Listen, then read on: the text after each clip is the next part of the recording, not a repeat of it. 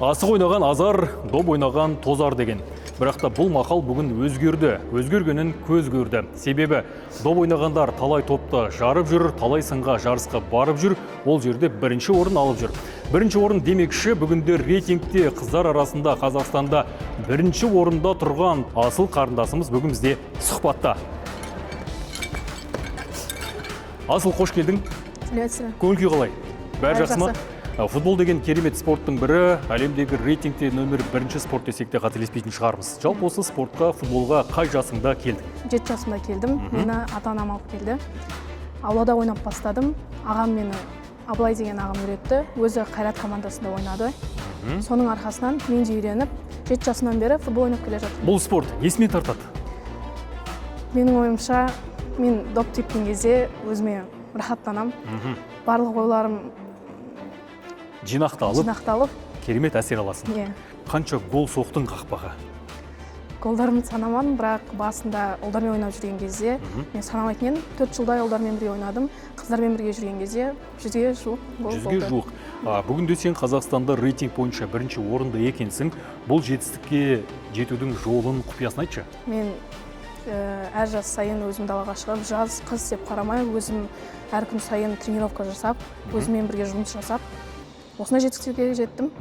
Яғни талмау керек, барынша еңбектену керек. 99% талант, еңбек па? Еңбек. Шатастырайын деп едім, дұрыс айтасың. 99% еңбек, бірақ пайыз талант, өйткені адамның бойында талантты дамытатын, ерінбеген еңбек. Медаль, кубок алған кездегі әсерді айтшы.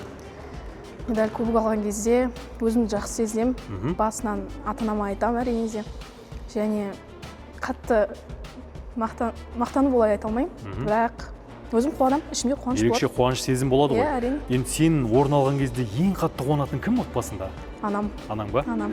Өйткені мынандай керемет мақал бар қазақта. Баласы көкпар шапса, бәйге шапса, анасы үйінде отырып тақымын қысады деген. Біздің ардақты аналарымыз ол қызының жетістікке жетуіне, талай сыннан өтуіне үлес қосып жүр. Ең үлкен арманым ол сабақта бәрі жақсы болып, өзімді өскен кезімде жақсы жолда көру. Сабақ деп дұрыс айтып қалдың. Спорт жақсы. Бұл деген кәдімгідей кәсіп деуге болады.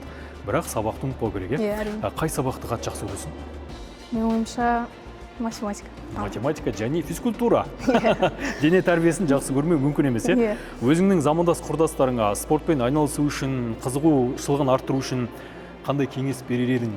Бастысы өз-өзінен бастау қажет адам талпыну қажет, өзіне сену қажет деп ойлаймын. Сенім әрқашанда биікке жетелейді. Сен Қазақстанның атынан әлемдік додоға қатысқың келеді ғой? Қазақстанның атынан додоға қатысқым келеді. Сен үшін ең үлгілі футболшы, кумир деп айтайықшы, кім? Роналду. Криштиану Роналду. Енді оның 1000 гол соққанын тағатсызына күтіп жүрген шығарсың. Әрине. Ол кезде саған да қуаныш болады ғой, Әрине. Бұйырса, біз Асылдың да талай топты жаратынына, әлі талай орынды алатынына, және Құдай қаласа Европаға доп тебуге баратынына сенеміз. Солай ма, Асыл? Әрине. Сенім керек, еңбек керек, талпыныс, осының бәрі жетістікке жеткізеді. Ал Асыл, енді сені мақтап жатырмыз, мойындағы медальдарымыз бар, оның әрқайсысына тоқталмасақ та болады. Бірінші орын, екінші орын, жүлделі үшінші орында жетеді. Кубок та бар сенде. Ең басты жетістігің қазірде сен рейтингте бірінші орында тұрсың. Осы рейтингтен түспе. Енді бізді таң қалдырып тамаша бір өнеріңді көрсетші.